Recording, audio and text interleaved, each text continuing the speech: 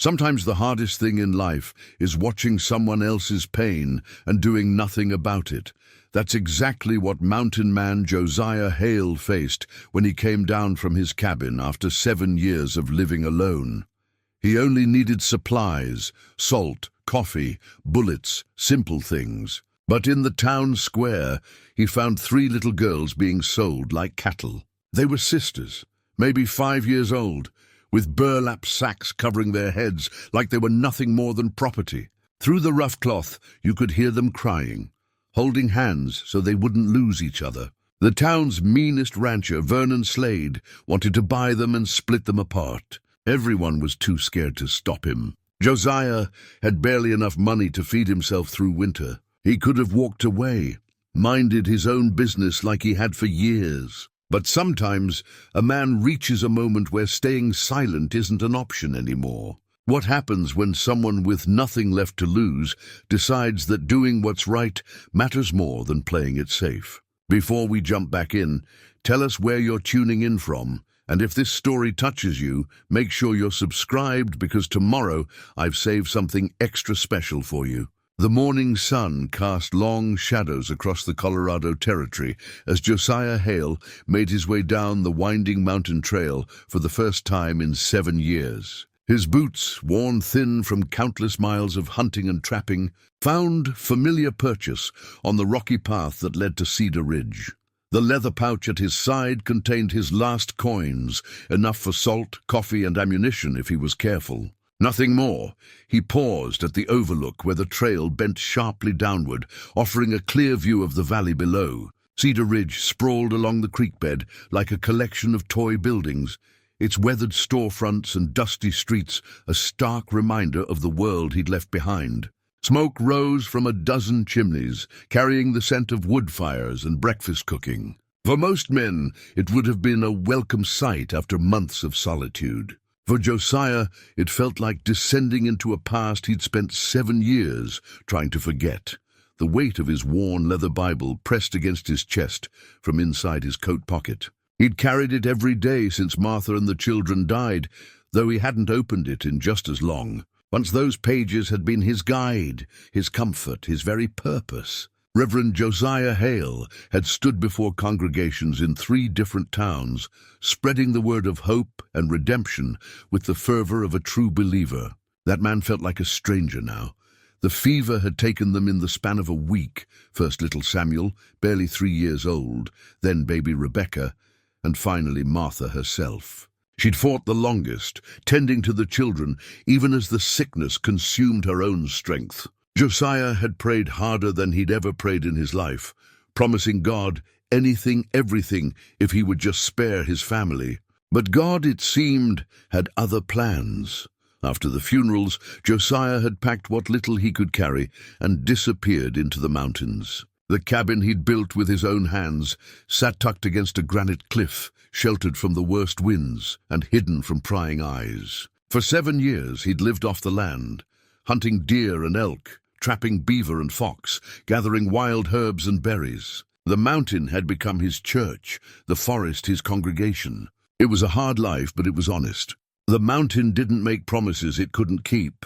His daily routine had become a meditation of sorts. Rise before dawn, check the traps, tend the small garden he'd carved from the rocky soil. In winter, he'd spend long hours by the fire, mending equipment and reading the few books he'd brought, mostly practical volumes on hunting, trapping, and wilderness survival. The Bible remained unopened, a reminder of faith that no longer felt accessible, but now necessity had driven him down from his sanctuary. Winter was coming early this year. He could feel it in the way the wind carried frost, even in late August. His supplies were running dangerously low, and the small cache of pelts he'd saved might fetch enough coins for the basics he needed to survive another season. Cedar Ridge had changed in his absence, though not for the better. Where once it had been a thriving mining town, now it wore the look of a place slowly dying. Half the storefronts stood empty, their windows dark and dusty. The people he passed on the street moved with the cautious shuffle of folks who'd learned to keep their heads down. Children played in the shadows rather than the open squares, and conversation stopped abruptly when, Strangers approached. The reason for this transformation became clear as Josiah tied his horse to the hitching post outside Henderson's general store. A massive man in an expensive suit emerged from the bank across the street, flanked by two hired guns, whose hands never strayed far from their weapons. Vernon Slade commanded attention without demanding it. His presence alone seemed to shrink the world around him. Slade owned the largest ranch in 3 counties, built on land acquired through methods that didn't bear close examination. He controlled the water rights, the grazing permits, and most of the town council. What Vernon Slade wanted, Vernon Slade got, and woe to anyone foolish enough to stand in his way. The people of Cedar Ridge had learned this lesson well.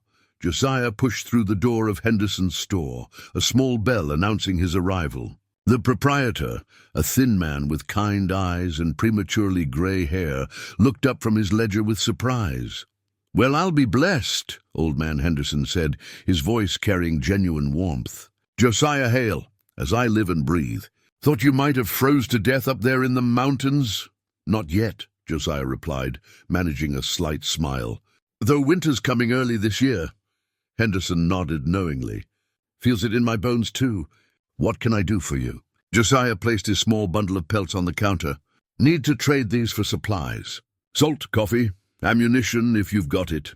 The storekeeper examined the furs with an expert eye, running his fingers through the thick beaver pelts and testing the softness of the fox skins. "Fine quality, as always." "You always did have a gift for the trapping." As Henderson calculated the value, Josiah's attention was drawn to voices outside. A crowd gathering in the town square. Through the window, he could see people forming a circle around a raised platform that hadn't been there when he'd arrived. "What's all the commotion?" he asked. Henderson's expression darkened. "Auction day? Though it ain't the kind of auction decent folks should have to witness." "What kind of auction?" The older man's hands stilled on the pelts. "The Whitman family, good people, ran the orphanage on the hill. Both took sick with the consumption last month. Left behind 3 little girls, triplets no more than 5 years old. Sweet as angels they are." Josiah felt something cold settle in his stomach. "And they're being auctioned. County says they can't afford to keep 'em. Got to find 'em homes, and the only way to guarantee someone'll take responsibility is to make it official-like. Course, everybody knows who's got the only real money around here to bid." Through the window, Josiah could see Vernon Slade approaching the platform, his expensive boots clicking on the wooden planks. Even from a distance, there was something predatory in the man's movements, like a wolf circling wounded prey. "Slade wants them?" Josiah asked, though he already knew the answer. Henderson nodded grimly. "Says he needs workers for his ranch. Plans to split 'em up, send each one to a different part of his operation. Claims it'll build character, teach 'em independence." The cold in Josiah's stomach turned to ice. He'd heard stories about Slade's workers, people who went to his ranch and were rarely seen in town again. The man treated human beings like livestock, and now he wanted to get his hands on 3 innocent children. "Ain't nobody gonna bid against him?" Josiah asked. "With what money? And even if they had it, you think they'd risk crossing Vernon Slade? Man owns half the county and has the other half too scared to breathe sideways." Outside, the auctioneer, a nervous little man who kept glancing at Slade for approval, began calling for the crowd's attention. The 3 little girls stood on the platform, burlap sacks over their heads like they were nothing more than grain to be sold. Through the rough cloth, Josiah could hear their quiet sobs, and something inside his chest began to crack. "How much for the pelts?" he asked, his voice tight. Henderson looked at him with concern. "Josiah, these are prime furs. Worth maybe $40 all told. But that ain't near enough to—" "How much?" $40. "But son, you can't be thinking what I think you're thinking. Slade's got 10 times that much money, and he don't take kindly to being crossed." Josiah was already reaching for his coins, adding them to the payment for his furs. "Give me what I can get for everything. All of it. The supplies you needed." "Forget the supplies." Henderson stared at him for a long moment, then slowly shook his head. "You always were too stubborn for your own good, even when you was preaching at the church. But Josiah, this is different. This is Vernon Slade we're talking about. He'll crush you like a bug. Maybe, but I can't stand here and watch those children get sold like cattle. Some things are more important than playing it safe. The storekeeper studied Josiah's face and saw something there that made him straighten his shoulders. Slowly, he counted out $43, every penny the pelts and Josiah's remaining coins were worth. "God help you, son," Henderson whispered. "And God help those little girls." Josiah pocketed the money and walked toward the door. As his hand touched the handle, he could hear the auctioneer's voice carrying across the square. "Let's start the bidding at $10 for the lot." "Do I hear 10? Without hesitation, Vernon Slade's voice boomed across the crowd. $20. "And I'll take them separately, more useful that way." Josiah stepped into the sunlight and saw the three small figures on the platform, their hands somehow finding each other despite the sacks covering their faces. They were holding on to each other like it was the only thing keeping them anchored to the world. 7 years of hiding in the mountains had taught him many things, but chief among them was this: running away from pain didn't make it disappear. It just meant you carried it with you wherever you went. These children didn't deserve to carry that kind of pain, not if he could help it. He began walking toward the auction platform, each step feeling like a return to the man he used to be, or maybe the man he was meant to become. The leather Bible in his pocket seemed to grow heavier with each stride, as if it were waking up after a long sleep. Behind him, Henderson stood in the doorway of his store, watching a hermit transform back into a preacher with $43 and a heart full of righteous anger. The mountain had been Josiah's sanctuary, but sanctuary was meant to prepare a man for the battles that mattered. And this mattered more than anything had in 7 long years.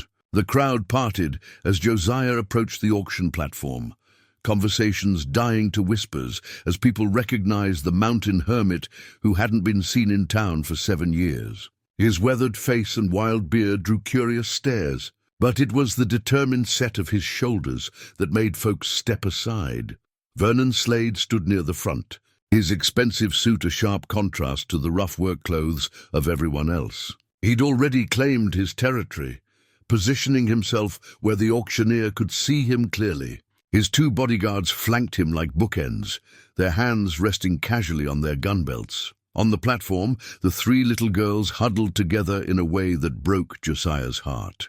The burlap sacks covering their heads were crude and degrading, as if whoever had put them there wanted to strip away their humanity before the sale began. But even through the rough cloth, their small hands had found each other, creating a chain of comfort in the midst of their terror. "Do I hear 25?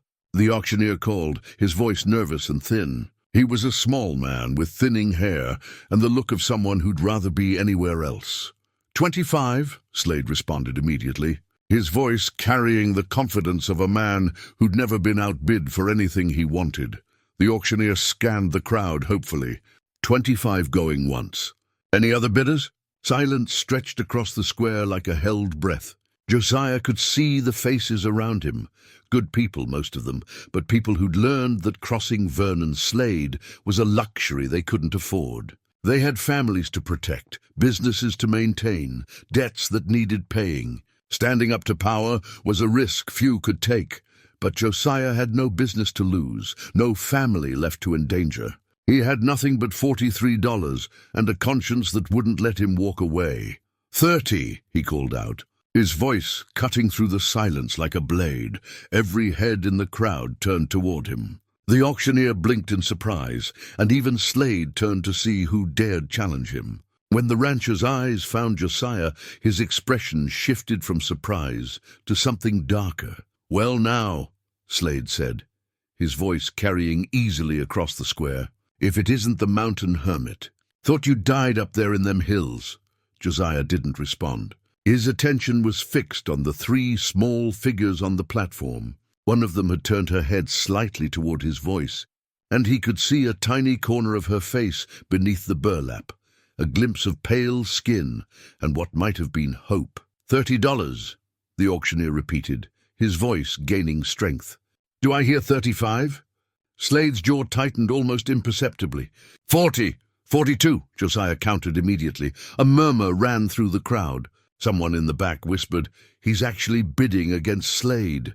The comment carried a mixture of admiration and concern, as if they were watching a man step deliberately into the path of a stampeding bull. Slade turned fully toward Josiah now, his eyes narrowing as he took in the hermit's worn clothes and determined expression.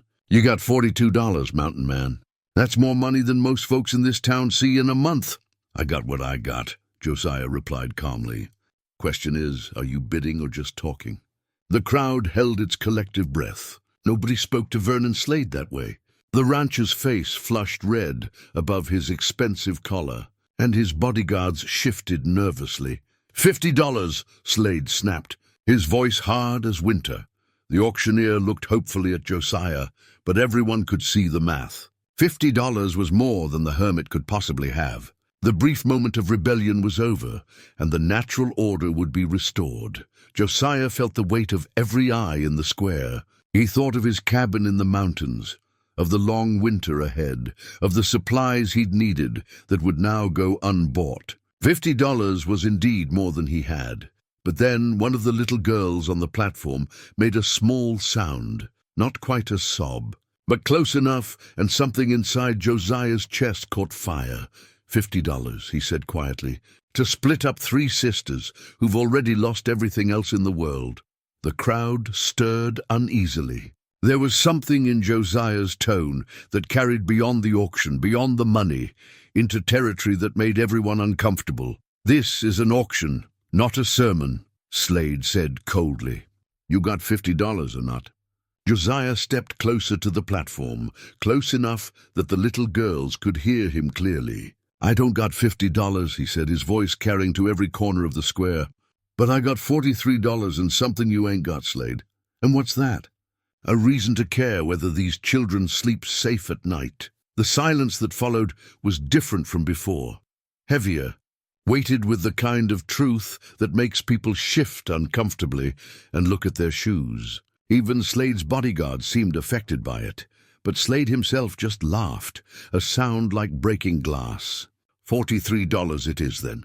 "Too bad it ain't enough," he turned to the auctioneer. $50 stands.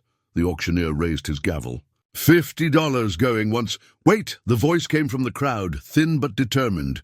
Old Man Henderson pushed through the circle of people, his weathered hands shaking slightly as he pulled out a small leather pouch. "I got $7, he said loudly. "I'm adding it to his bid."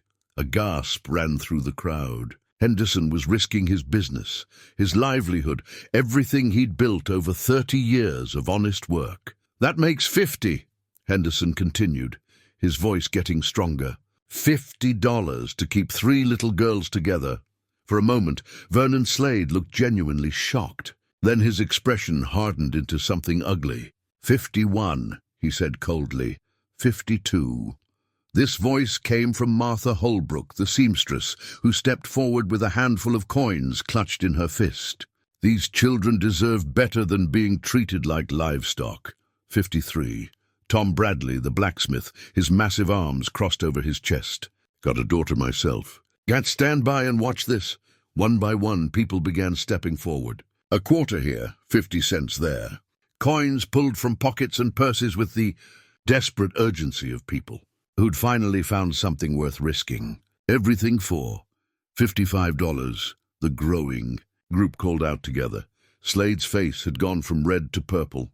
$60, he snarled. The crowd fell silent again. $60 was more than most of them made in 3 months combined. The brief moment of unity flickered like a candle in the wind, but then the smallest of the 3 girls on the platform spoke for the first time. Her voice muffled by the burlap but clear enough to reach every ear in the square. "I want to stay with my sisters." It was such a simple statement, delivered with the heartbreaking dignity of a child who'd already lost too much. The crowd stirred, and Josiah saw something he hadn't seen in 7 years, the face of God, reflected in the willingness of ordinary people to do extraordinary things. 61, called out the town. "Doctor, 62, added the ministers. "Wife, 63, the barber this time." Slade whirled on the crowd, his composure finally cracking. You fools don't know what you're doing. I can make life very difficult for people who cross me. And what about children who cross you? Josiah asked quietly. What kind of life you planning for 3 little girls who've already been through hell? The question hung in the air like smoke. Everyone knew the stories about Slade's ranch, about workers who went there and were never quite the same afterward. $65, the crowd called out, the number coming from a dozen voices at once. Slade looked around the square and saw something that clearly unnerved him, an entire community united against his will. These people had been afraid of him for years, but fear was proving less powerful than love. This ain't over, he said, his voice low and dangerous. He turned on his heel and stalked away, his bodyguards trailing behind like shadows. The auctioneer, visibly relieved, brought his gavel down. Sold to... He paused, looking uncertainly at the crowd. To Josiah Hale, Henderson called out. The girls go with Josiah. As the crowd began to disperse, people pressed coins into Josiah's hands, not just the money they'd pledged, but extra coins, supplies for the journey, warm wishes for the children. It was as if the entire town had suddenly remembered what it meant to be a community. Josiah climbed onto the platform and knelt beside the 3 little girls. Gently, carefully, he removed the burlap sacks from their heads, revealing 3 tear-stained faces that looked up at him with a mixture of fear and desperate hope. The smallest girl, her blonde hair matted against her head, looked directly into his eyes and spoke the words that would change his life forever. Are you going to keep us together? Yes, Josiah said, his voice thick with emotion. I promise you that. Whatever happens, you 3 stay together. For the first time in 7 years, Josiah Hale felt like he was exactly where God meant him to be. The wagon wheels creaked rhythmically as they climbed the mountain trail, each turn taking them further from Cedar Ridge and deeper into the wilderness that had been Josiah's home for 7 years. The 3 little girls sat huddled together on the wagon bed, wrapped in blankets that Martha Holbrook had pressed into Josiah's hands, along with a basket of food and stern instructions about keeping children warm and fed. Their names, he'd learned, were Faith, Hope, and Grace, fitting names for children who'd need all 3 in abundance. Faith was the oldest by mere minutes, her serious brown eyes taking in everything around them with the watchful intensity of someone who'd learned too young that safety was never guaranteed. Hope had hair the color of summer wheat and a stubborn set to her small jaw that reminded Josiah of Martha when she'd decided something. Grace, the smallest and most fragile-looking, clutched a tattered cloth doll that had somehow survived their ordeal, the only possession they had left from their life before. The doll was a pitiful thing, its face worn smooth by countless nights of being held tight against fear and loneliness. One arm hung by threads, and the blue dress had faded to gray, but Grace protected it like a treasure. When Josiah had helped the girls into the wagon, she'd whispered that the doll's name was Rosie, and that she was very brave. "Where are we going?" Faith asked as they rounded another switchback. It was the first full sentence any of them had spoken since leaving town.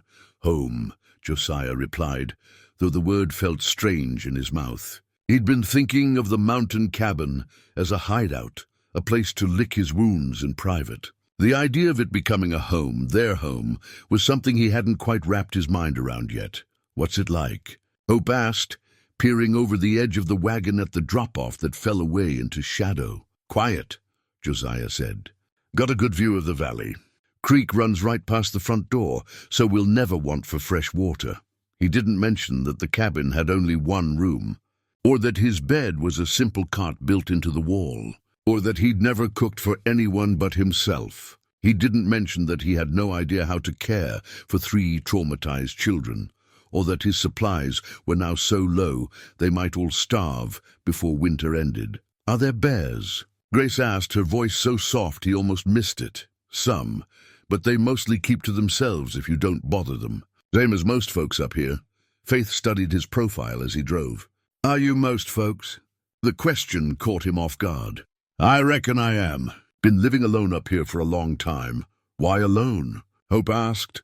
Josiah felt the weight of the leather Bible in his coat pocket, still unread after all these years. Sometimes a man needs quiet to think things through. What things? Faith pressed, her serious eyes never leaving his face. He glanced back at them, three small faces looking at him with the expectant trust of children who'd already lost everything once and were trying to decide if they could afford to hope. Again, lost my family a while back, he said simply. Took some time to figure out how to keep going after that. The girls absorbed this information in silence. Finally, Grace spoke up. We lost our family too. I know. I'm sorry for that. The sickness took our mama and papa, Hope said matter-of-factly. And then the mean lady at the county office said we had to be split up because nobody wanted 3 children all at once. Well, that lady was wrong, Josiah said firmly. About the last part, anyway. As they climbed higher, the air grew thinner and cooler. The girls had never been this far up a mountain before, and their eyes grew wide at the vast distances that opened up below them. When they finally crested the last ridge and saw the valley spread out like a green carpet, dotted with silver streams, all 3 gasped in wonder.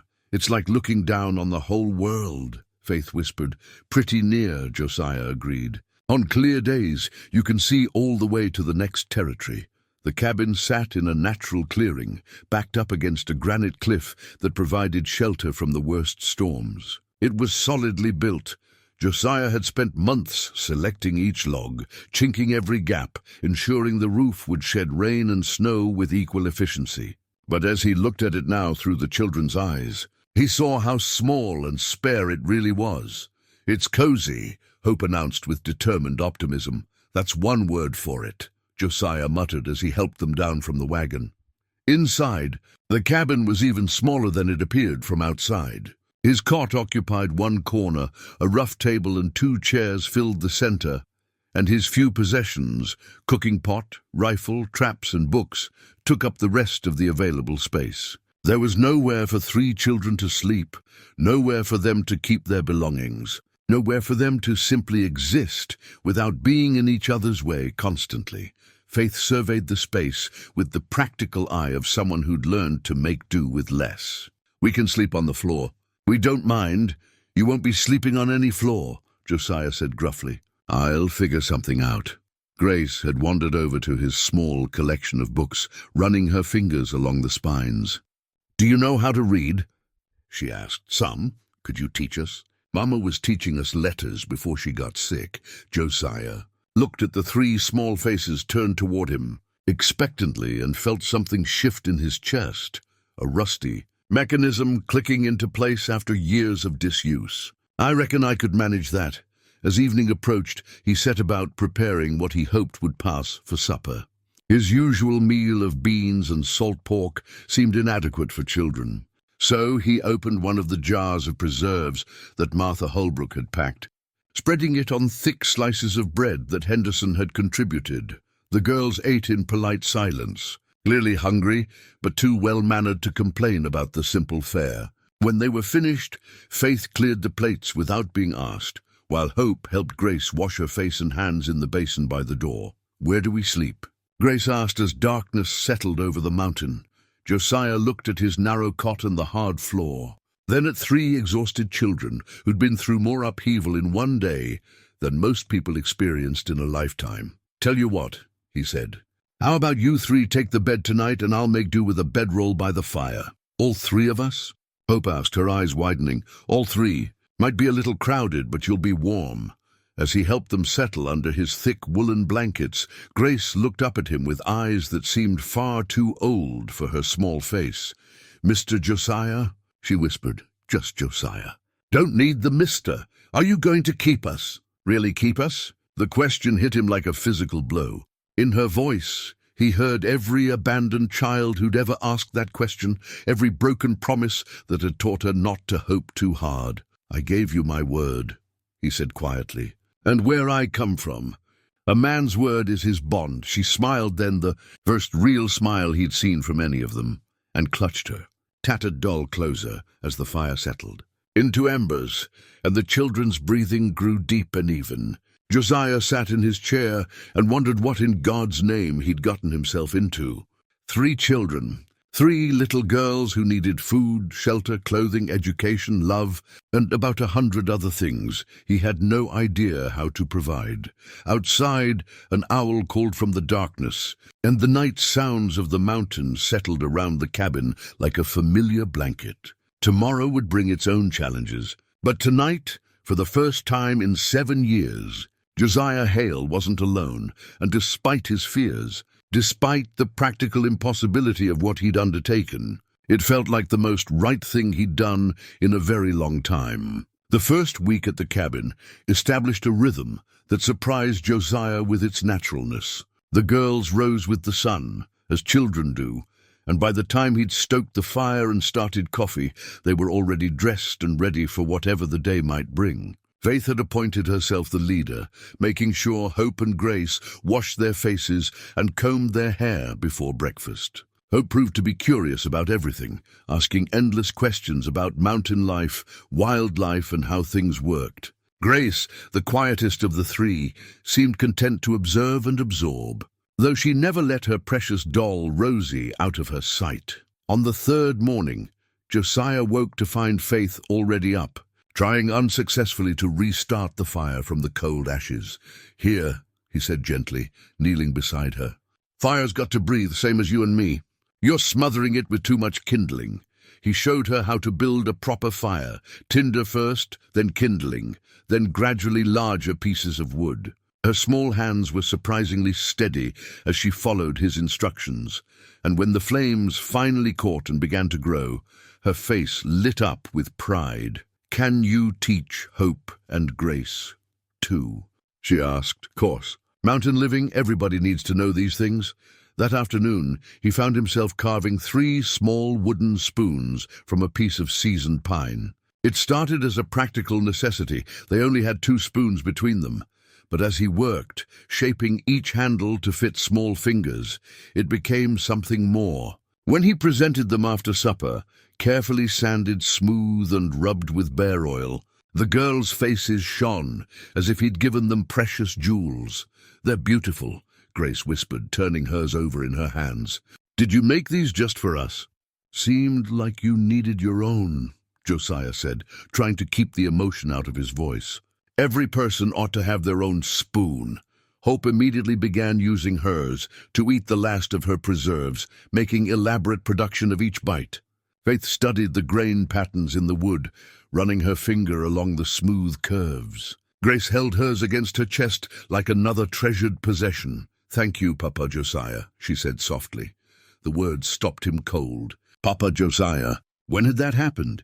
When had he become a father figure to these children instead of just a temporary caretaker? The answer came to him as he watched Hope demonstrate proper spoon technique to her doll. As he saw Faith carefully place all 3 spoons in a special spot by the wash basin, as Grace fell asleep that night with both Rosie and her new spoon clutched in her arms. It had happened gradually, naturally, the way all the best changes did. But with that realization came a darker one. Vernon Slade wasn't the type of man to accept defeat gracefully, especially not a public defeat that had made him look weak in front of the entire town. Twice now, Josiah had spotted riders on the trail below the cabin, too far away to make out faces, but close enough to know they were being watched. The visits became more obvious as the week progressed. On Friday, a man Josiah didn't recognize appeared at Henderson's store, asking casual questions about the hermit who'd taken in the orphan girls. On Saturday, Tom Bradley mentioned that strangers had been inquiring about mountain trails and the best routes to reach the high country. Sunday brought the message Josiah had been expecting. Faith found it nailed to a tree near their creek, a piece of paper with block letters that read, "Those girls don't belong to you. Send them back where they came from, or you'll regret it." Josiah read the note twice, then folded it carefully and tucked it into his shirt pocket. Faith watched with the serious expression that had become familiar to him. "Bad news?" she asked. "Nothing I can't handle. Is it about us?" He looked down at her upturned face, so young but already marked by loss and uncertainty. Lying to her would be easy, but it wouldn't be right. These children had already been deceived by adults too many times. There's a man who's not happy about you living here with me. He might try to cause trouble, Mr. Slade. Josiah raised his eyebrows. You know about him? We heard people talking at the orphanage before Mama and Papa Whitman got sick.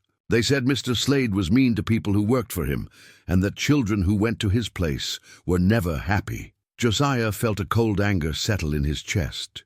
Well, you don't have to worry about going to his place. You're staying right here with me. Promise. I promise. That evening, after the girls had gone to bed, Josiah sat by the fire cleaning his rifle. It had been years since he'd needed it for anything more than hunting, but some skills a man never forgot. He checked the action, counted his ammunition, and tried to calculate how long they could hold out if trouble came calling. The next morning, Hope made a discovery that changed everything. She was exploring near the woodpile when she called out excitedly, "Papa Josiah! Come look at this." He found her crouched beside a flat stone, pointing at something carved into its surface. At first glance, it looked like random scratches, but as he studied it more closely, he realized it was a crude map, lines representing trails, X's marking specific locations, and what appeared to be measurements or distances. Where did this come from? He asked. It was under that piece of bark, Hope said, pointing to a curl of birch bark that had been carefully placed over the stone. Like someone hid it on purpose. Faith and Grace joined them, and all four studied the mysterious carving. The lines seemed to match the local terrain.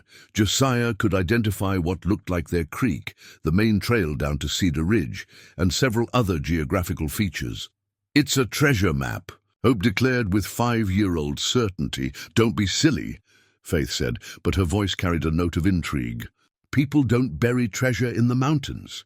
Grace, who had been quietly studying the markings, pointed to a series of small symbols along one of the lines.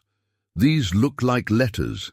See, there's an H and what might be an S. Josiah traced the carved lines with his finger, a strange feeling growing in his chest. The more he studied it, the more it looked like something important, something someone had taken great care to preserve and hide. Girls, he said slowly, I think we might need to take a trip down to see Mr. Henderson. This might be something that belongs to your family. Our family? Faith asked, her eyes widening. The Whitmans, your adopted parents. This stone was hidden pretty careful-like, and it's been here for a while. Could be they left it for safekeeping. That afternoon they made the journey down to Cedar Ridge, the stone carefully wrapped and tucked into Josiah's saddlebags. Henderson examined it with growing excitement, occasionally consulting an old ledger he kept behind the counter. Well, I'll be blessed, he finally said. This here looks like a mining claim map. See these markings? They correspond to the old survey stakes that were put in about 6 years ago. Mining claims? Josiah asked. Oh yes. That whole mountain range was surveyed for mineral rights back in '76. Most of it came up empty, but there were a few promising sites. Henderson traced the carved lines with his finger. If I'm reading this right, this shows claims that were registered to. He flipped through several pages of his ledger. Here it is, claims registered to one Marcus Whitman. The girls looked at each other with wide eyes. Papa Marcus, Grace whispered. Looks like your adopted father filed mining claims on several parcels of mountain land, Henderson continued. Legally speaking, those claims would have passed to his heirs when he died. His heirs, Faith said carefully, would be us. Henderson nodded. The three of you, jointly. Course, mining claims ain't worth much unless there's actually something to mine. Most of these old claims never amounted to anything. But even as he spoke, Josiah was remembering things, the way Vernon Slade had been so determined to acquire the girls, his insistence on separating them, the increasingly aggressive attempts at intimidation. A man didn't go to such lengths for cheap labor. He went to such lengths for something valuable. Mr. Henderson, Josiah said quietly, what would happen if someone tried to work claims that belonged to someone else? Well, that'd be theft, plain and simple. Of course, if the rightful owners were, say, 3 little girls with no legal guardian, and if someone had custody of those girls. Henderson's voice trailed off as the implications became clear. He was never going to use them for ranch work, Josiah said, the pieces falling into place. Slade wanted the girls because he wanted their inheritance, and splitting them up would make it easier to control them, Henderson added grimly. Hard for children to assert their rights when they don't even know they have any. Faith had been listening to this conversation with growing understanding. So Mr. Slade is angry because we escaped before he could steal from us? That's about the size of it, Josiah confirmed. Then he's really going to try to hurt us, isn't he? Josiah looked down at 3 small faces turned up toward him. Faith, with her serious brown eyes, Hope with her stubborn jaw, Grace clutching her tattered doll. They deserved the truth, even if it was frightening. He's going to try, Josiah said. But trying and succeeding are 2 different things, and I've got a few advantages he doesn't know about. What advantages? Hope asked. Josiah smiled, and for the first time in years, it was the smile of a man ready for a fight. I know these mountains better than anyone alive. I've got a community that's finally remembered how to stand up for what's right, and I've got 3 little girls who are braver and smarter than that man could ever imagine. He paused, looking each of them in the eye. Question is, are you ready to fight for what's yours? 3 small voices answered in unison, Yes, Papa Josiah. And in that moment, Josiah realized they weren't just his responsibility anymore. They were his family, and family was worth fighting for. The photograph was yellowed with age and cracked along one corner, but the faces looking back at them were unmistakably familiar. Josiah held it carefully as the 3 girls crowded around him on the cabin's front step, the morning sun providing enough light to make out the details. That's you, Faith breathed, pointing at the young man standing behind a woman in a simple white dress. But you look so different. Josiah studied his younger self, clean-shaven, wearing his best Sunday suit, with eyes that still held faith in tomorrow. Martha stood beside him, her hand resting on the shoulder of a little boy who couldn't have been more than 4. In her arms, she held a baby wrapped in a christening gown. That's my Martha, Josiah said softly. And those were our children, Samuel and Rebecca.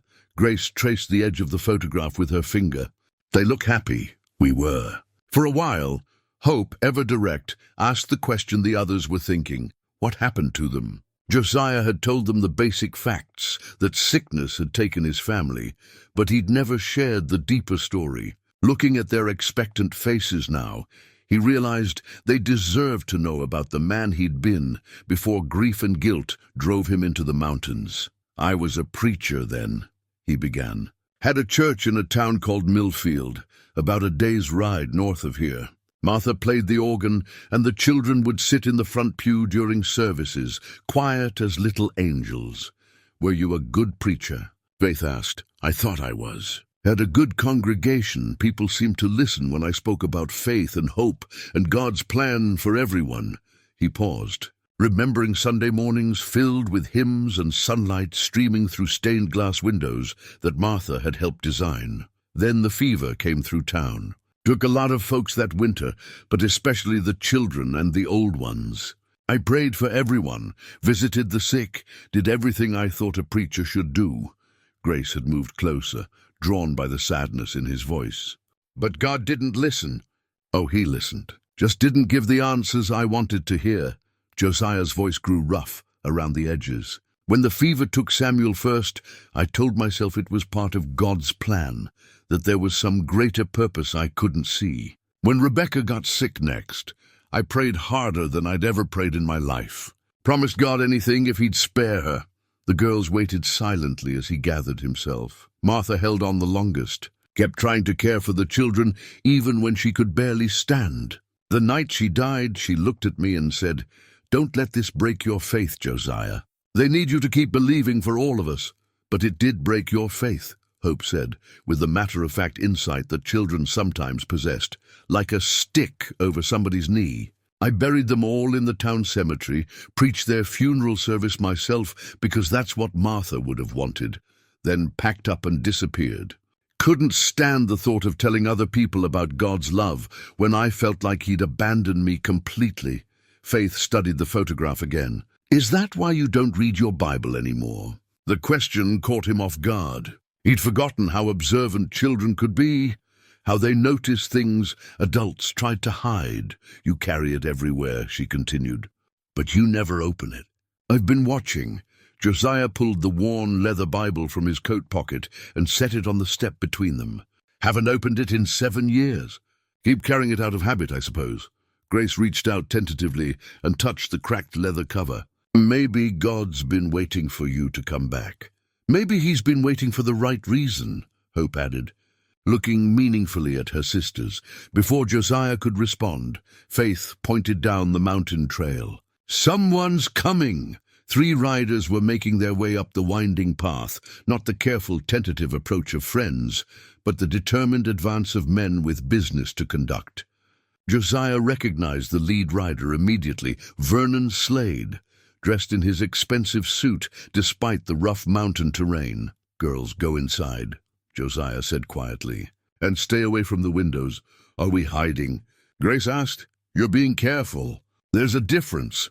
As the riders approached, Josiah remained seated on the step, the photograph and Bible still resting beside him. He wanted Slade to see that he wasn't intimidated, that he was comfortable on his own ground.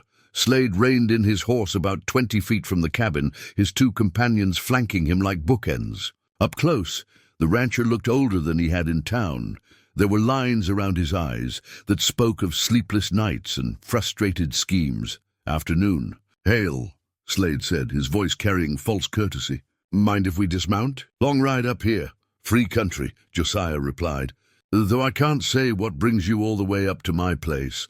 Slade swung down from his saddle with practiced ease, his boots crunching on the gravel. "Just being neighborly. Wanted to check on how you're managing with those children. 3 little ones must be quite a burden for a man living alone." "No burden at all. They're good girls." "I'm sure they are. But winter's coming, Hale. You got enough supplies for 4 people?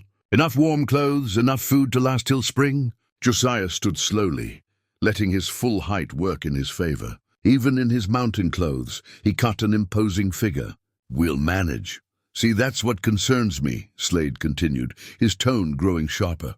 "Children need proper care, proper schooling, proper supervision. What happens if you get hurt or sick or worse? What happens to them then? Same thing that happens to any children when trouble comes. The community takes care of them." Slade laughed, but there was no humor in it. "What community? You've been hiding up here for 7 years. Don't tell me you suddenly care about being part of Cedar Ridge Society." One of Slade's men, a lean, hard-faced character with a gun hanging low on his hip, spoke up for the first time. "Seems to me like those girls might be safer with people who know how to provide for them properly. And I suppose you'd know someone like that?" Josiah asked. "Matter of fact," Slade said, "I've been in touch with some folks down in Denver. They run a proper institution for orphaned children, trained staff, educational programs, the whole arrangement. They'd be willing to take all 3 girls, no questions asked." "Together?" Josiah asked. "Well, that would depend on their individual needs and aptitudes. Might be better to place them in different programs, let them develop their own identities instead of always being the triplets." There it was, the real plan, barely disguised. Separate the girls, scatter them where they couldn't support each other or assert their rights to their father's mining claims. "That's real thoughtful of you, Slade," Josiah said evenly. "But they're staying here, are they?" "Because I've been looking into the legal situation, and it seems to me that an unmarried man with no fixed income and no experience raising children might not be the best guardian for 3 little girls. Courts tend to frown on that sort of arrangement." The threat was clear enough. Slade had lawyers, money, and influence. He could make Josiah's life very difficult through legal channels, and they both knew it. "Course," Slade continued, "if you were willing to be reasonable about this, we might be able to work something out. I'm prepared to offer you a fair sum for your trouble, say $200, and I'll make sure the girls get placed in good homes." $200, Josiah repeated. "More money than you've seen in years, I'd guess. Enough to get you through several winters in comfort." Josiah looked at the 3 men, Then at the closed door of his cabin, where he knew the girls were listening to every word. $200 was indeed more money than he'd seen in years. It would solve his immediate problems, give him security, let him return to the simple life he'd built for himself. It would also betray 3 children who'd already been betrayed too many times. "Here's my counteroffer," Josiah said quietly. "You get back on your horses and ride down this mountain. You don't come back, you don't send anyone else, and you leave those girls alone to live their lives in peace. And if I don't, then you'll find out that some things matter more to a man than his own comfort." Slade stared at him for a long moment, then shook his head. "You're making a mistake, Hale, a big one. Wouldn't be the first time." As the 3 riders prepared to leave, Slade turned back one final time. "This isn't over." "No," Josiah agreed. "I don't expect it is." He remained on the step until the riders disappeared around the first bend, then went inside to find 3 little girls huddled together by the fireplace. "We heard everything," Faith said quietly. "Good. Then you know where we stand." Grace looked up at him with eyes that seemed far too old for her small face. "Are you scared, Papa Josiah?" Josiah considered the question seriously. "A little. But not of Vernon Slade. What are you scared of?" "Letting you down. Failing you the way I failed my own family." Faith stood and walked over to where the old photograph lay on the table. She studied it for a moment, then looked back at him. "You didn't fail them," she said with quiet conviction. "Sometimes bad things just happen. But you saved us, and we're not going anywhere." As if to seal the pact, she picked up the worn Bible and placed it in his hands. "Maybe it's time," she said simply. Josiah looked down at the book that had once been his guide and comfort. Slowly, carefully, he opened it to a page he'd marked years ago, Psalm 68. Verse 5, "A father to the fatherless, a defender of widows, is God in his holy dwelling." For the first time in 7 years, the words didn't feel like mockery. They felt like a promise he was finally ready to keep. October arrived with an early snow that dusted the peaks white and sent the first real chill through the mountain air. Josiah woke to find frost on the cabin windows and the girls huddled together under every blanket they owned. Winter was coming faster than expected, and they weren't nearly ready. The past month had been a constant battle against time and circumstance. Food supplies were running dangerously low, despite careful rationing. Their clothing, what little the girls had arrived with, was inadequate for mountain winters. Most concerning of all, Slade's harassment had escalated from threats to sabotage.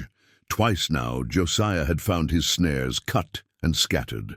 Someone had contaminated their main water source by dumping something upstream that left an oily film on the surface. Most troubling, his winter supply of firewood had been scattered and much of it stolen during a night when he'd had to travel down to Cedar Ridge for supplies. The message was clear: surrender the girls, or watch them suffer through a winter that might kill them all. "Papa Josiah," Faith said over their meager breakfast of cornmeal mush and the last of their preserved berries. "I've been thinking." "That's usually dangerous," he replied, trying to inject some lightness into their increasingly dire situation. "What if we went to the sheriff? Told him about Mr. Slade trying to steal our papa's mining claims?" Josiah had been dreading this conversation. "Sheriff Jenkins is a good man, but he's got his own problems. Half his jurisdiction is controlled by men who owe Slade favors or money. The other half is too scared to stand up to him." Hope looked up from feeding small bites to her doll. "So there's nobody to help us?" "There's us," Grace said quietly. "We help each other." The simple statement hit Josiah like a physical blow. Here was a 5-year-old child who'd already lost everything once, facing the possibility of losing everything again, and her response was to focus on what they still had rather than what they lacked. "You're right," he said, reaching across the table to touch her small hand. "We help each other. And we're tougher than Slade thinks we are." "How tough?" Faith asked. Instead of answering with words, Josiah stood and walked to a wooden chest in the corner, one of the few pieces of furniture he'd brought from his old life. From inside, he pulled out a small leather pouch and returned to the table. "This here is a mountain lion's claw," he said, opening the pouch to reveal a curved, yellowed claw nearly 3 inches long. Took it off the biggest cat I ever tracked. Spent 2 weeks following him through country so rough it would break most men's spirits. Faith leaned forward, fascinated. Why did you hunt him? He'd been taking calves from ranchers down in the valley. But more than that, he was beautiful and dangerous and free, and I needed to prove something to myself about what kind of man I was. He began working with his knife, carefully drilling a hole through the base of the claw. This cat taught me something important. It's not the biggest or strongest that survives up here. It's the smartest and most determined. When he finished, he threaded a leather cord through the hole and tied it into a necklace. Faith, he said solemnly, you're the one who keeps your sisters together, who makes sure they're safe and cared for. That makes you the fiercest warrior in this family. He placed the necklace around her neck, and her eyes went wide with pride and responsibility. It's beautiful, she whispered. It's more than that. It's a reminder that you've got the heart of a fighter, even if you're small. And sometimes the smallest fighters are the most dangerous, because people underestimate them. That afternoon brought unexpected visitors, but these were welcome ones. Tom Bradley, the blacksmith, arrived with his wagon loaded with supplies. Behind him came Martha Holbrook with bundles of warm clothing, and Old Man Henderson with a bag of food that would last them weeks. What's all this? Josiah asked as they began unloading. Community taking care of its own, Bradley said gruffly. Been talking in town about what Slade's been up to. Figure if he wants to play dirty, we can play smart. Henderson pulled him aside as the girls helped Martha sort through winter coats and warm boots that would actually fit them. Slade's been making noise about legal action. Claims you're not a fit guardian, that the girls would be better off in an institution. He's got lawyers. He's got something. But we've been doing some research of our own. Henderson produced a folder of papers. Turns out those mining claims of Marcus Whitman's are worth more than we thought. A lot more. Josiah studied the documents, geological surveys, assay reports, legal filings that painted a picture of significant mineral deposits scattered across the mountain range. How much more? Could be worth thousands, maybe tens of thousands if the veins run deep enough. No wonder Slade's been so determined to get his hands on those girls, and if the claims are valid. They are. All properly filed, all fees paid, all legal requirements met. Those girls are potentially quite wealthy, if they can hold onto their rights until they come of age. That evening, as they sat around the fire enjoying their first full meal in weeks, Faith fingered the mountain lion claw necklace and asked the question that had been bothering Josiah all day. Papa Josiah, if our papa's claims are worth so much money, why were we living at the orphanage? Why didn't our papa use the money to take care of us? It was a fair question, and one that deserved an honest answer. Sometimes a man can be rich on paper but poor in his pocket. Mining claims are like promises. They might pay off someday, but they don't put food on the table today. Your papa probably filed those claims, hoping to provide for you girls in the future, so he was thinking about us even then. Grace asked. I believe he was. I believe both your parents were doing everything they could to make sure you'd be taken care of, even after they were gone. Hope looked up from the warm mittens Martha had knitted for her. Like you're doing for us now? The comparison caught Josiah off guard. Was that what he was doing? Planning for their future? Making sure they'd be safe and provided for, even if something happened to him? I suppose it is like that, he admitted as the girls prepared for bed, a process that now included warm nightgowns and enough blankets to keep them cozy. Faith approached him with a serious expression. Papa Josiah, I need to ask you something important. What's that? Are you planning to fight Mr. Slade? Really fight him, I mean. Josiah considered his answer carefully. These children had already lived through enough uncertainty and fear. They deserved the truth, but they also deserved whatever peace of mind he could provide. I'm planning to protect our family, he said finally. Whatever that takes, even if it's dangerous, especially if it's dangerous. Some things are worth the risk. Faith nodded solemnly, her small hand touching the mountain lion claw at her throat. Then we'll help you. We're fighters too.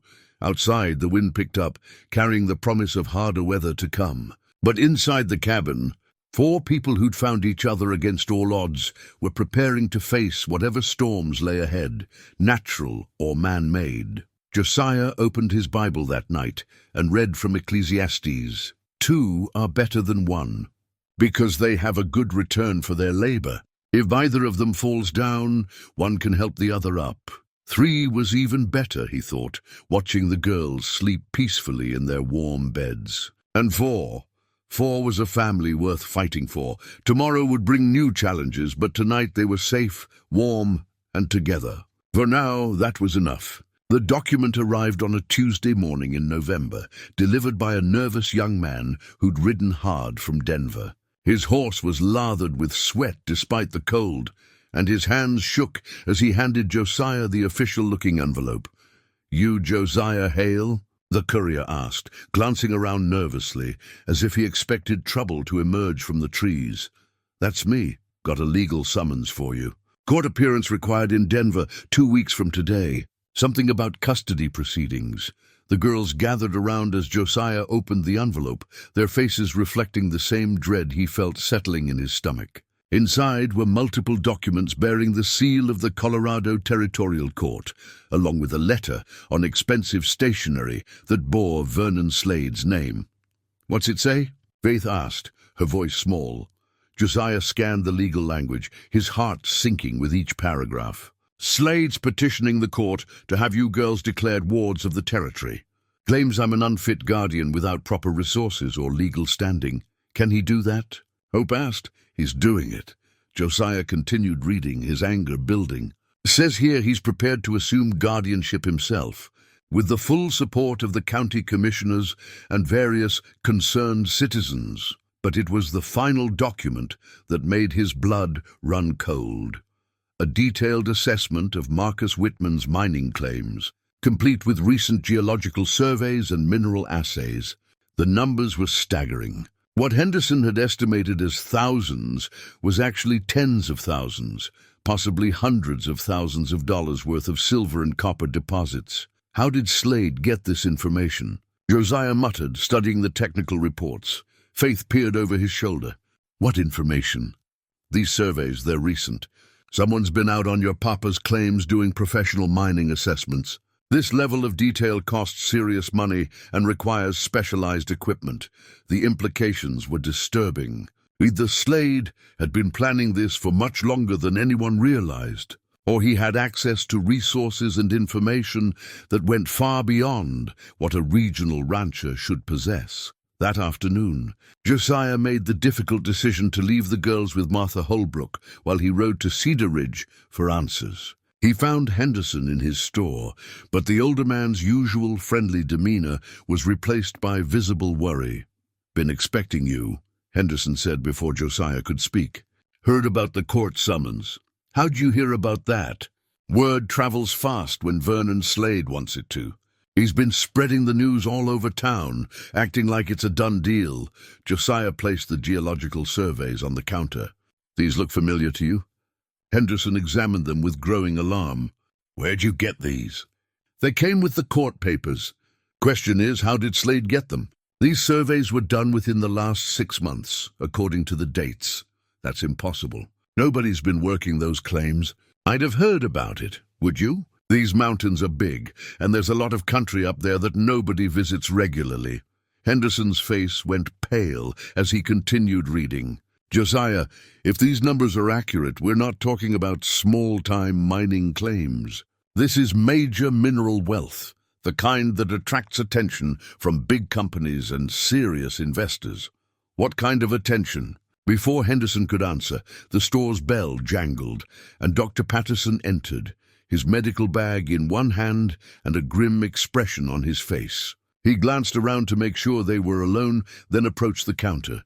"Gentlemen, we need to talk, privately." Henderson locked the front door and pulled down the shades. "What's happened, Doc?" "I've been treating a patient, a geologist who took a bad fall up in the high country about a month ago. Broke his leg, had to stay in bed for weeks. He's been talking, and what he's been saying doesn't paint a pretty picture." Josiah felt ice forming in his veins. "Go on," Seems he was hired by a mining consortium out of Denver to do secret assessments of various claims throughout this region. Paid very well to keep quiet about his findings and report only to his employers. Let me guess, Josiah said. One of those employers was Vernon Slade. Worse than that. Slade's not the main player, he's just the local front man. The real money behind this operation comes from Eastern investors who've been quietly buying up mineral rights and water claims throughout Colorado Territory. They're planning something big. Henderson sank into a chair behind the counter. How big? Industrial mining operation. Hundreds of workers, massive equipment, company town. They've already started acquiring land and resources, but they needed the Whitman claims to complete their holdings. The pieces were falling into place with terrible clarity. That's why Slade was so determined to get the girls, Josiah said.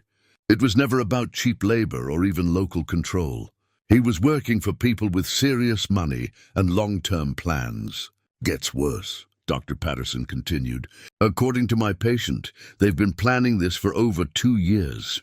The orphanage fire, the Whitman's illness, even the timing of the auction, none of it was coincidental.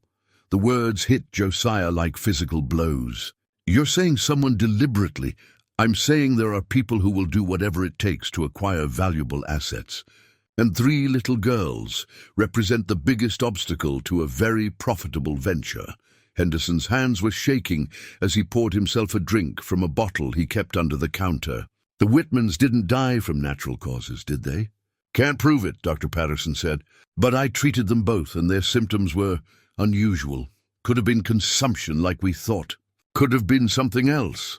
Josiah felt a rage building inside him that dwarfed anything he'd experienced since Martha and the children died. The idea that someone might have murdered 2 good people just to get their hands on mining claims was almost too monstrous to contemplate. What about the court case? He asked through gritted teeth. That's just the opening move, Dr. Patterson explained. If they can get legal custody of the girls through the courts, everything becomes much simpler. The children would be placed in an institution controlled by Slade's associates. Their claims would be managed by court-appointed guardians who happened to work for the mining consortium, and within a year or 2, those claims would be sold for the children's benefit at prices well below their actual value, and the girls would disappear into the system, probably end up in workhouses back east, far from anyone who might ask uncomfortable questions about their inheritance. The room fell silent as the full scope of the conspiracy became clear. This wasn't just about local greed or even regional politics. They were facing organized, well-funded criminals who had already demonstrated their willingness to commit murder. What do we do? Henderson asked. Josiah stood and began pacing, his mind racing through possibilities and obstacles. First, we make sure the girls are safe. If Slade's people are willing to kill adults, they won't hesitate to harm children who stand in their way. Where can they hide? This consortium has resources everywhere. Not everywhere. Not up in the high country where I know every trail and hiding place. Josiah paused, struck by a sudden realization. Wait, if they need the girls' claims to complete their holdings, what happens if the claims aren't available for development? Dr. Patterson caught his meaning immediately. You mean if the land was somehow rendered unusable for mining? I mean if certain geological features were to change in ways that made extraction impossible or unprofitable. Henderson looked confused, but Dr. Patterson was nodding with growing understanding. There are ways to make mining claims worthless without technically damaging the legal ownership. Dangerous ways, Josiah admitted. But possibly our only option if we can't beat them in court. What about the law? Surely if we presented evidence of this conspiracy, to who? Josiah interrupted. You said it yourself. This consortium has influence and resources throughout the territory. How do we know which judges, sheriffs, and officials are already in their pocket? Dr. Patterson pulled out a small notebook and began writing. There might be another way. My patient mentioned that the consortium's plans depend on maintaining secrecy until they've acquired all the necessary claims. If their activities became public knowledge, especially in Denver newspapers, it could complicate things significantly. How so? Territorial governors been under pressure from Washington to crack down on mining speculation and land fraud. If evidence of this conspiracy reached the right people in the territorial government, Josiah felt a spark of hope. Could expose the whole operation, could destroy it completely. These Eastern investors don't want publicity or government scrutiny. They prefer to work in shadows, buying politicians and judges quietly. Sunlight is their enemy. Henderson had been listening intently, and now he spoke up with growing excitement. I've got a nephew who works for the Rocky Mountain News in Denver. Good reporter, honest man. If we could get him the evidence. What evidence? Josiah asked. We've got suspicions and the word of an injured geologist. That's not enough to bring down a conspiracy this size. Dr. Patterson smiled grimly. Actually, my patient has been keeping detailed records of his work, maps, assay reports, correspondence with his employers. He's willing to testify if it means stopping people who might be murderers. Why would he risk that? Because he's got a daughter about the same age as your girls, and the thought of children being harmed for money makes him sick. Josiah felt pieces of a plan beginning to form in his mind.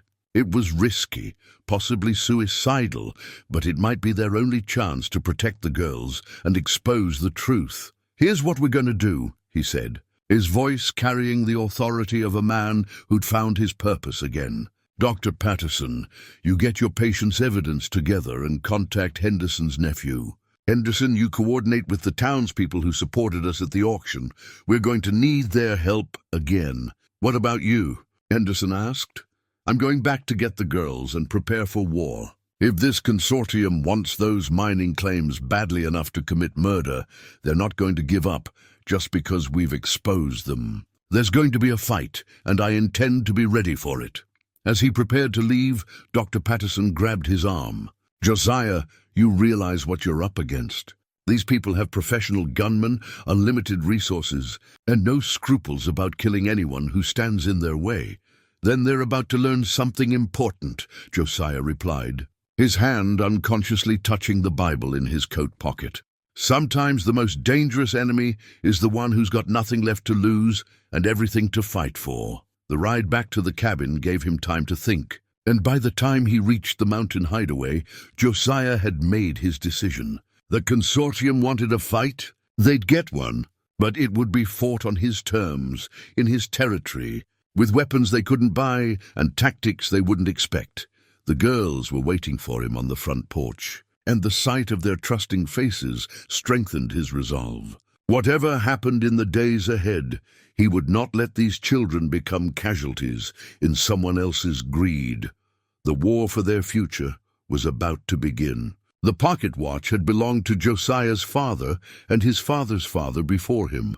3 generations of Hale men had carried it, marking time through births and deaths, seasons and sorrows, moments of joy and periods of grinding hardship. The gold case was worn smooth by countless hands, and the inscription inside, "Time is God's gift to man," had faded but not disappeared. Now Josiah held it for what might be the last time, feeling its familiar weight in his palm as he sat by the cabin's fireplace. The girls were asleep in the bed they all shared now, huddled together under quilts that Martha Holbrook had brought during her last visit. Outside, snow fell steadily, turning the world into a blanket of white that would make travel treacherous, but also provide cover for what lay ahead. Tomorrow was the day. After 2 weeks of careful planning and desperate preparation, everything would be decided in the courthouse in Denver. Either the girls would remain with him as his legally recognized family, or they would disappear into a system designed to steal their inheritance and quite possibly their lives. The evidence Dr. Patterson had gathered was compelling. Detailed records from the injured geologist, correspondence that proved the mining consortium's involvement, witness testimony that painted a clear picture of conspiracy and fraud. Henderson's nephew at the Rocky Mountain News had already begun publishing articles about suspicious mining claims and Eastern speculators. creating the kind of public attention that made corrupt judges nervous. But Josiah had lived long enough to know that justice and law didn't always walk hand in hand, especially when serious money was involved. The consortium had resources he couldn't match, influence he couldn't counter, and a willingness to do whatever was necessary to protect their investment. That's why the pocket watch had to go. He'd made the decision 3 days ago, after calculating their legal expenses and realizing they'd need every advantage money could buy. A good lawyer in Denver cost more than most men made in a year, and the girl's case was complicated enough to require the best representation available. The watch would bring enough to hire proper legal counsel and still leave something for the girl's future. It was the right decision, the only decision, but it felt like cutting away a piece of his soul.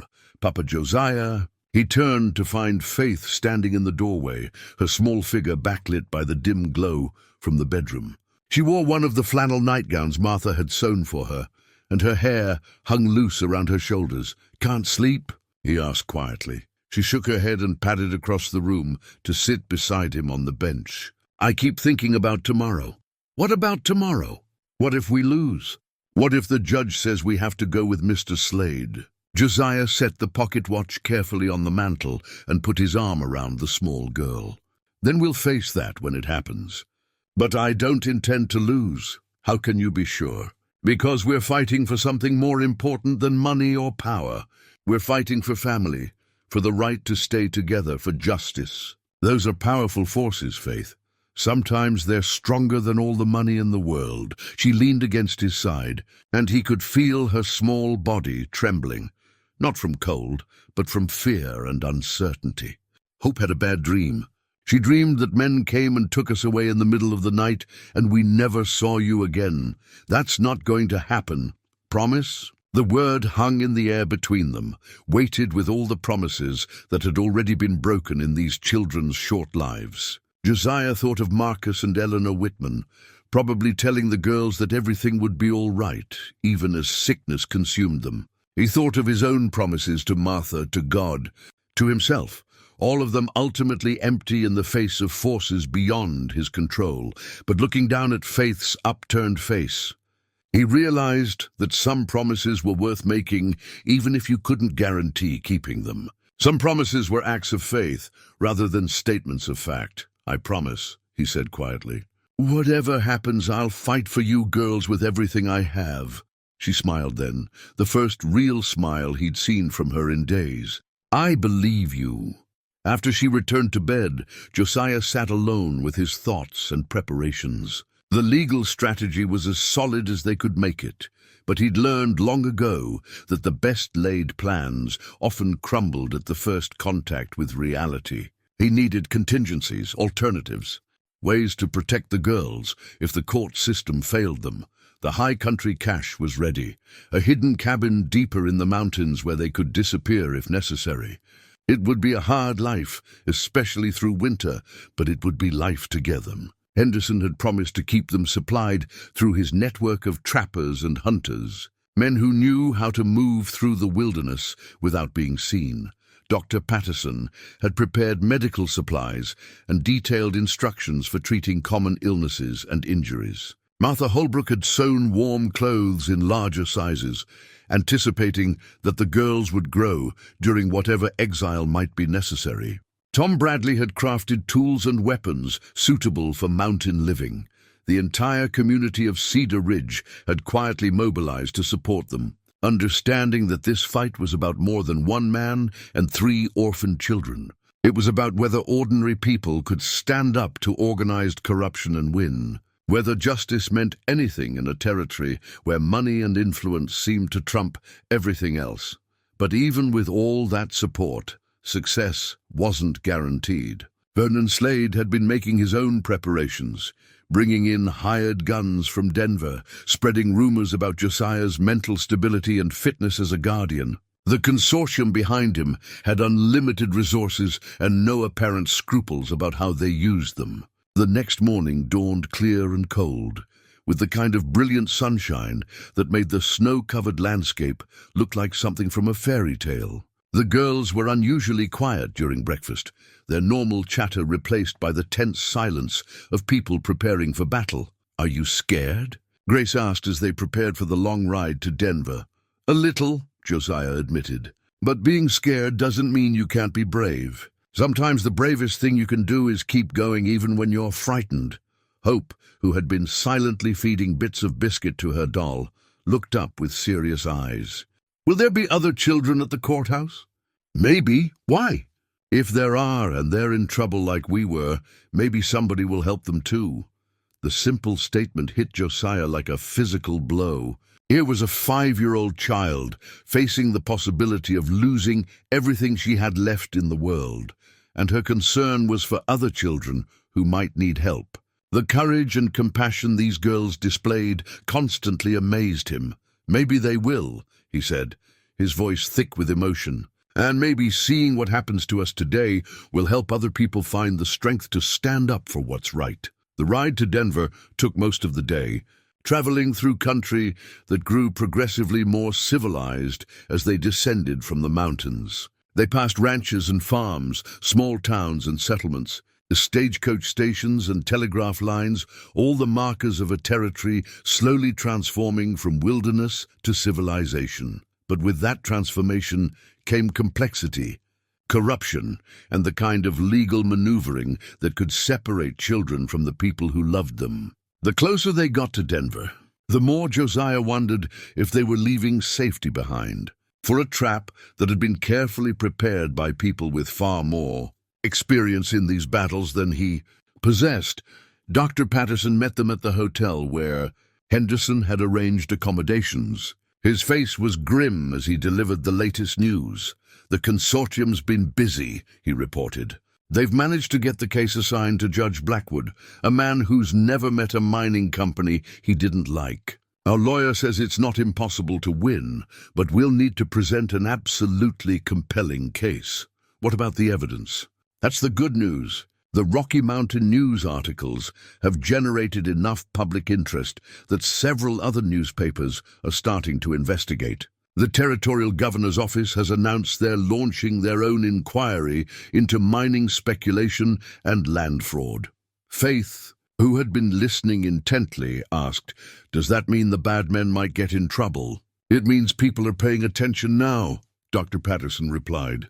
"And when people pay attention, it's harder for bad things to happen in secret." That evening, as they prepared for the next day's hearing, Josiah gathered the girls around him in their hotel room. Outside, the sounds of Denver, horses and wagons, of voices and music, the constant noise of a growing city, provided a backdrop very different from the quiet mountains they called home. "Tomorrow's going to be difficult," he began. "There will be strangers asking questions, lawyers making arguments, and a judge who will decide what happens to our family. I want you girls to remember something important." They waited expectantly. "No matter what happens in that courtroom, no matter what anyone says or decides, you three are sisters and you belong together. Nothing and nobody can change that. If we have to fight for it, we'll fight. If we have to run, we'll run. If we have to start over somewhere else, we'll do that too. But we'll do it as a family." Grace reached into her bag and pulled out her treasured doll, now even more worn from constant handling. "Rosie says she's ready to fight too." Hope giggled, the first truly happy sound Josiah had heard from her in days. "Dolls can't fight." "This one can," Grace said with absolute conviction. She's been practicing. Faith, ever practical, had a different concern. "Papa Josiah, what if the judge asks us questions? What should we say?" "Tell the truth. Always tell the truth, no matter what anyone else says or wants you to say. The truth is our strongest weapon." As the girls settled down for the night, sharing the room's single bed, while Josiah made do with a chair and blanket, he listened to their quiet conversations and whispered prayers. These children had already survived more upheaval and uncertainty than most adults experienced in a lifetime. Yet they faced tomorrow with courage and hope that humbled him. Whatever happened in that courthouse, he would not let them down. The pocket watch was already sold, the money converted to legal fees and preparation costs. The community of Cedar Ridge had invested their savings and their trust in this fight. Most importantly, 3 little girls had placed their faith in him. Tomorrow would determine whether that faith had been justified, or whether they were all about to learn that sometimes love and courage weren't enough to overcome corruption and greed. But tonight, they were still together, still fighting, still believing that justice might prevail. And sometimes belief was the most powerful weapon of all. The courthouse stood like a monument to territorial justice, its red brick facade and imposing columns designed to inspire both respect and fear. As Josiah led the 3 girls up the wide stone steps, he could feel the weight of history pressing down on them. Countless lives decided within these walls, countless futures determined by the wisdom or corruption of fallible human beings. The original mining claim documents were tucked safely in his coat pocket, wrapped in oilcloth and protected like the precious artifacts they'd become. Marcus Whitman's careful handwriting was still visible on the faded papers, his signature a testament to a father's hopes for his adopted daughter's future. Today, those hopes would either be validated or destroyed forever.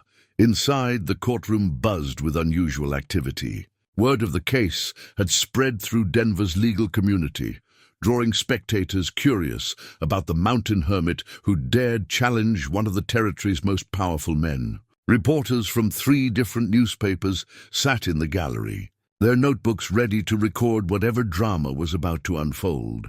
Vernon Slade occupied the front row with his expensive legal team, his confidence evident in every gesture. He'd traded his usual rancher's attire for a perfectly tailored suit that screamed respectability and success. When he caught sight of Josiah and the girls, he offered a predatory smile that made Faith instinctively step closer to her guardian. Judge Blackwood entered with the theatrical flourish that powerful men often cultivated, his black robes billowing as he took his place behind the massive oak bench. He was younger than Josiah had expected, perhaps 50, with the kind of sharp features and calculating eyes that suggested intelligence wedded to ambition. "This court will come to order," the bailiff announced, his voice echoing through the high-ceilinged chamber. The matter of Slade versus Hale, concerning the custody and welfare of minor children Faith, Hope and Grace Whitman, their lawyer, a thin man named Morrison who'd come highly recommended despite his nervous demeanor, rose to present their case. In his opening statement, he painted a picture of 3 orphaned children who'd found safety and love, with a man willing to sacrifice everything for their welfare. "Your Honor," Morrison began, his voice growing stronger as he warmed to his theme. "This case represents a fundamental question about the nature of family and the rights of children. Are we to believe that blood and legal documents matter more than love and commitment? Are we to accept that wealth and social standing trump the bonds forged through sacrifice and devotion?" But Slade's lead attorney, a silver-haired man with the polished manner of someone accustomed to winning, countered with brutal efficiency. He painted Josiah as an unstable hermit, a former preacher who'd abandoned his faith and his community, a man whose mental state made him unfit to care for vulnerable children. The defendant, the attorney argued, has lived in isolation for 7 years, avoiding human contact and normal social responsibilities. He has no stable income, no permanent residence suitable for children, and no experience in education or child-rearing. These girls deserve better than the whims of a disturbed man playing out some fantasy of redemption. The first witness called was Dr. Patterson, whose testimony about the girls' physical and mental health carried significant weight. He described their condition when they'd first arrived at Josiah's cabin, malnourished, traumatized, and desperately in need of stability and care. "In my medical opinion," Dr. Patterson stated firmly, "these children have thrived under Mr. Hale's care. They've gained weight, shown remarkable emotional resilience, and demonstrated the kind of trust and attachment that indicates a healthy, familial relationship." Under cross-examination, Slade's attorney tried to undermine this testimony by questioning Dr. Patterson's objectivity and professional competence. But the doctor held firm, his years of experience and unimpeachable reputation making him a difficult target. Henderson took the stand next, testifying about Josiah's character and the community support that surrounded the makeshift family. He described the auction scene, the townspeople's willingness to contribute their own money to keep the sisters together, and the ongoing efforts to ensure the girls' welfare. Mr. Hale didn't just save these children, Henderson declared. He reminded all of us what it means to stand up for what's right, regardless of the cost. But when Slade's team presented their case, the atmosphere in the courtroom shifted dramatically. They called witnesses Josiah had never seen before, supposed experts in child welfare who testified that institutional care was preferable to the uncertain environment of a mountain cabin. They presented financial documents showing Slade's ability to provide for the girls' education and future prospects. Most damaging was the testimony of a psychiatrist from Denver who'd never met Josiah but was willing to offer professional opinions about his mental state. Based on second-hand reports, the man's credentials were impressive, his manner authoritative, and his conclusions devastating. Based on the evidence presented, the psychiatrist testified, Mr. Hale exhibits classic symptoms of what we call pathological isolation syndrome. His withdrawal from society, his abandonment of religious faith, his sudden fixation on these children all suggest a deeply disturbed individual acting out unresolved trauma rather than genuine parental instinct. Morrison objected strenuously, pointing out that the witness had never examined his client and was basing his opinions on hearsay and speculation. But the damage was done. Doubt had been planted about Josiah's fitness as a guardian. Then came the moment everyone had been waiting for. Judge Blackwood announced that he wanted to hear from the children themselves, despite their young age. It was unusual, but not unprecedented, and both legal teams had prepared for this possibility. Faith was called first. She walked to the witness stand with the dignity of someone far older than her 7 years, her small hand touching the mountain lion claw necklace that had become her talisman of courage. The questions began gently. Morrison asked about her daily life at the cabin, her relationship with Josiah, her feelings about the possibility of being separated from her sisters. Faith answered each question with clarity and conviction, painting a picture of a stable, loving home environment. "Do you feel safe with Mr. Hale?" Morrison asked. "Yes, sir. Safer than I've ever felt anywhere." "And would you like to continue living with him?" "Yes, sir. He's our papa now. He chose us when nobody else would." Under cross-examination, Slade's attorney tried to shake her testimony by suggesting that she'd been coached, that she was too young to understand the complexities of the situation, that her loyalty to Josiah was misplaced. "Isn't it true," the attorney pressed, "that Mr. Hale has told you what to say today?" Faith looked at him with the kind of steady gaze that made grown men uncomfortable. "Papa Josiah told us to tell the truth. That's what I'm doing. But you're just a child. How can you know what's best for your future?" "I know what love feels like," Faith replied simply. "And I know what it feels like when someone would rather split us up than keep us together. Papa Josiah would die before he'd let us be separated." The courtroom fell silent. Even Judge Blackwood seemed affected by the child's simple eloquence. But Slade's attorney wasn't finished. "Miss Whitman, are you aware that Mr. Hale stands to benefit financially from your family's mining claims?" Morrison shot to his feet. "Objection! The witness is 7 years old and cannot possibly understand complex financial arrangements." "Overruled," Judge Blackwood said. "The witness may answer if she's able." Faith looked confused for a moment, then her expression cleared. "You mean Papa Marcus's claims?" "Papa Josiah says they belong to us, and that nobody has the right to take them away. He says when we're grown up, we can decide what to do with them ourselves. But Mr. Hale could profit from those claims while serving as your guardian." "I don't understand all the money talk," Faith said. "But I know Papa Josiah sold his daddy's watch to pay for this trial. He said family was worth more than anything else he owned."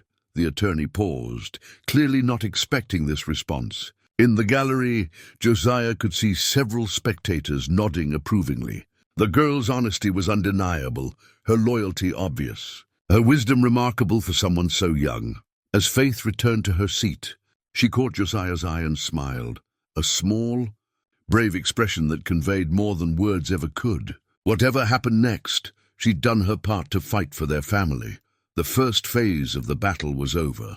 Now came the real test of whether truth and love could triumph over money and influence in a courtroom where the judge held absolute power over their future. Hope was called to testify next, and she approached the witness stand with the same quiet determination that had marked her character from their first day together. In her small hands, she carried a piece of paper, something she'd been working on during their hotel stay, folded carefully and protected like a treasure. Morrison's questioning was gentle but thorough. Hope described their daily life at the cabin, the lessons Josiah taught them about mountain living, the way he read to them from his Bible each evening, as her adopted father had done before his death. "Can you tell the court about your drawing?" Morrison asked, nodding toward the paper in her hands. Hope unfolded it carefully, revealing a child's artwork rendered in colored pencils that Martha Holbrook had provided. The drawing showed a simple cabin nestled against a mountain, with 4 stick figures standing in front, a tall man and 3 small girls holding hands. Above them, she'd drawn a bright sun and the words, "Our family," in careful block letters. "This is our home," Hope explained, holding up the drawing so the judge could see it. "That's Papa Josiah, and that's me and Faith and Grace. We're all together and we're happy." Judge Blackwood leaned forward to examine the drawing more closely. "Who taught you to write those words?" "Papa Josiah did. He's teaching all of us to read and write. He says education is the most important thing we can have, because nobody can ever take it away from us." The drawing was entered into evidence, and as it was passed around the courtroom, Josiah could see its effect on the spectators. Here was a child's pure vision of family, not based on blood or legal documents, but on love, protection, and the simple desire to stay together. Under cross-examination, Slade's attorney tried the same tactics he'd used with Faith, attempting to suggest that Hope was too young to understand her situation or make informed choices about her future. "Wouldn't you like to go to a real school with other children your age?" the attorney asked. "Papa Josiah is teaching us everything we need to know," Hope replied. "And we have each other. We don't need other children when we have our sisters, but what about when you're older? Don't you want opportunities that mountain life can't provide?" Hope considered this seriously, her young face scrunched in concentration. "Mama Eleanor used to tell us stories about ladies who lived in big cities and wore fancy dresses. They sounded lonely to me. I'd rather be with my family than wear fancy dresses."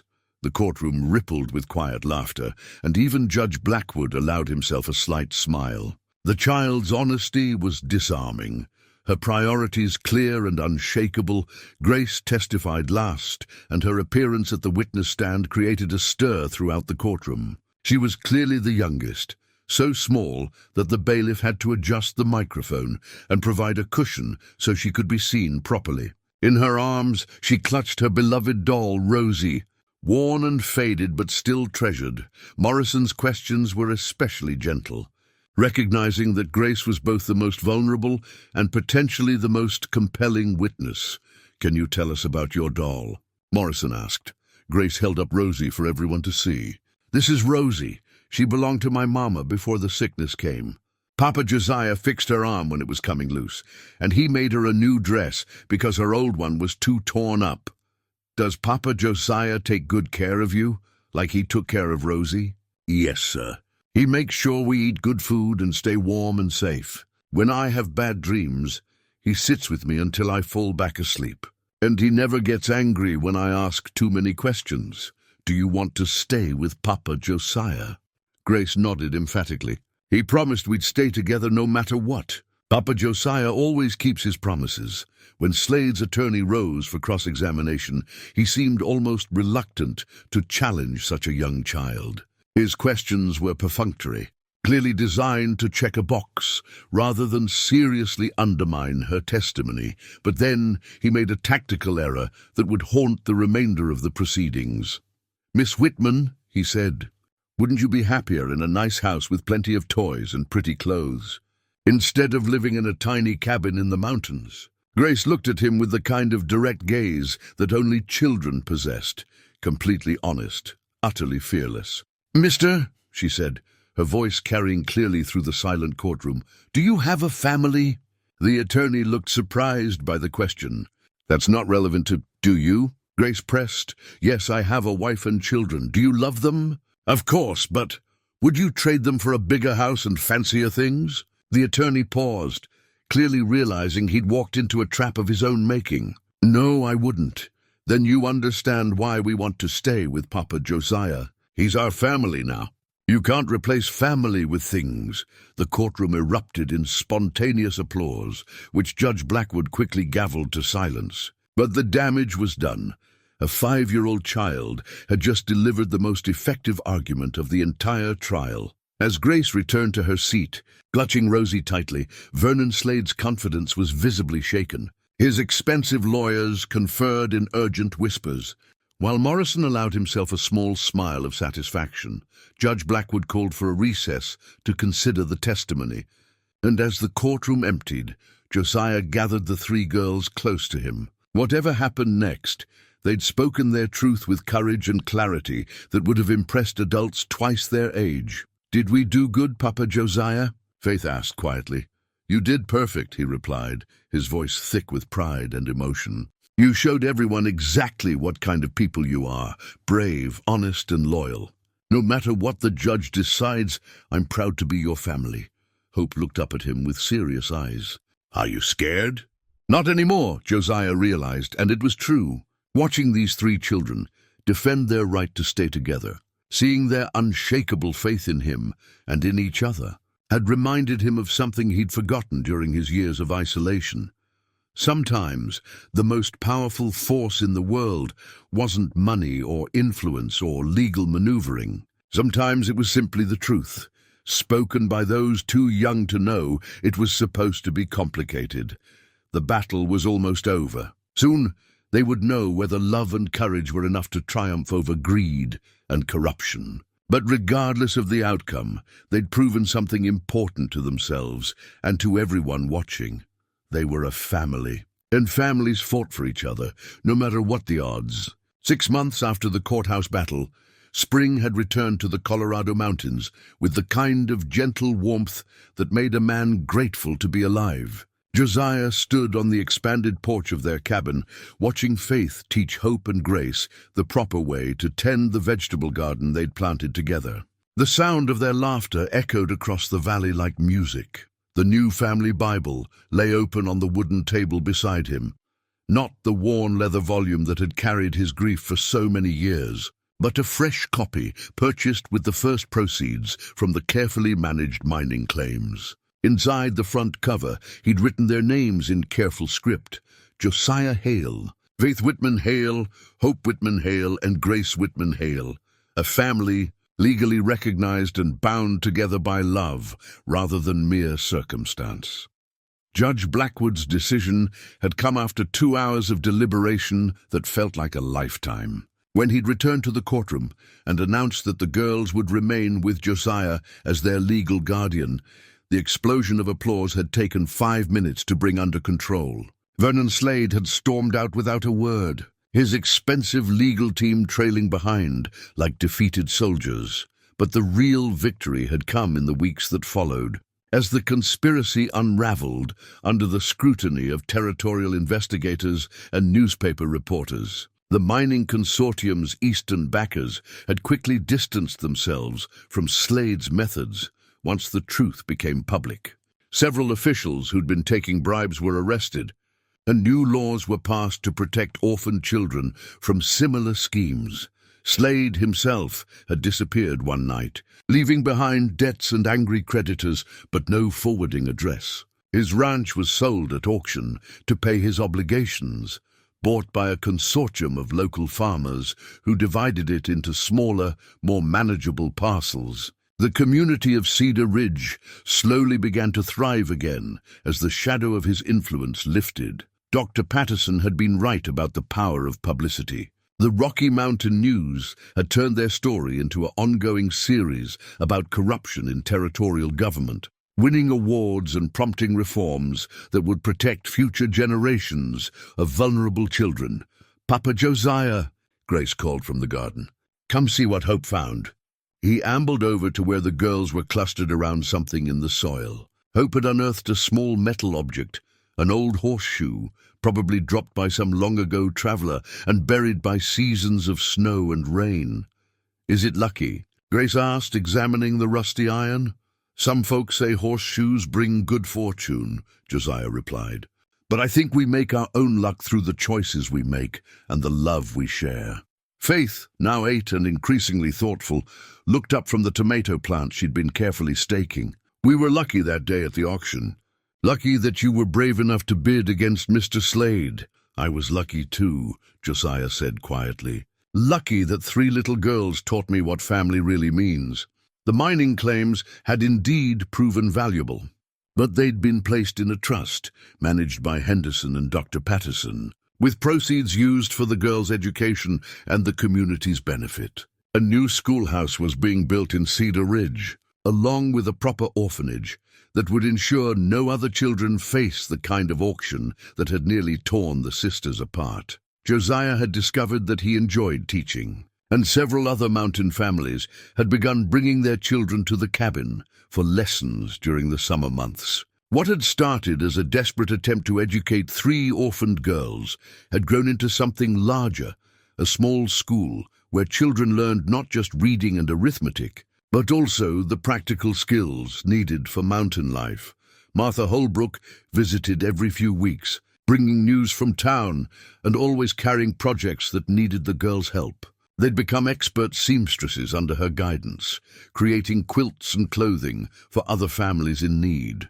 The cabin walls were decorated with their artwork and school assignments, transforming the spare bachelor retreat into a warm, lived-in family home. On Sunday mornings, Josiah read from the new Bible to his daughters, for that's what they were now, in every way that mattered. The words that had once felt empty and mocking now carried comfort and meaning again. Faith, Hope, and Grace weren't just the girls' names, they were the principles that guided their daily life together. "Are you happy, Papa Josiah?" Grace asked, as they walked back toward the cabin for supper. It was a question she posed regularly, as if she needed constant reassurance that their situation was as permanent as he'd promised. "Happier than I ever thought possible," he replied, and meant it completely. That evening, as had become their custom, the 4 of them sat on the porch, watching the sun set over the valley. Faith practiced her reading aloud, Hope worked on a new drawing for her collection, and Grace told elaborate stories to her doll Rosie about their adventures together. "Remember when we were scared that the judge might make us leave?" Hope said suddenly, looking up from her artwork. "I remember," Josiah replied. "But I also remember that we faced it together, as a family should. And we won," Faith added with satisfaction. "We did more than win," Josiah corrected gently. "We proved that doing the right thing, even when it's difficult, creates something stronger than money or power. We proved that love makes families, not just blood or legal papers." As the stars began to appear in the darkening sky, Grace curled up against his side with the contentment of a child who knew herself completely secure. "Tell us the story again," she requested, "about how you saw 3 little girls who needed help, and how you decided to be brave." So Josiah told the story once more, as he had countless times before and would countless times again. But each telling felt different now, not like a memory of past events, but like a promise renewed, a commitment reaffirmed, a love declared. Sometimes the hardest thing in life was watching someone else's pain and doing nothing about it. But sometimes, if you were very lucky and very brave, you got the chance to do something that mattered, something that changed not just their lives, but your own. In the distance, an owl called from the dark forest, and the night sounds of the mountains settled around them like a familiar blanket. Four people who'd found each other against impossible odds sat together in perfect contentment, knowing that whatever tomorrow might bring, they would face it as they'd faced everything else, together, as a family, with faith, hope, and grace to guide them home.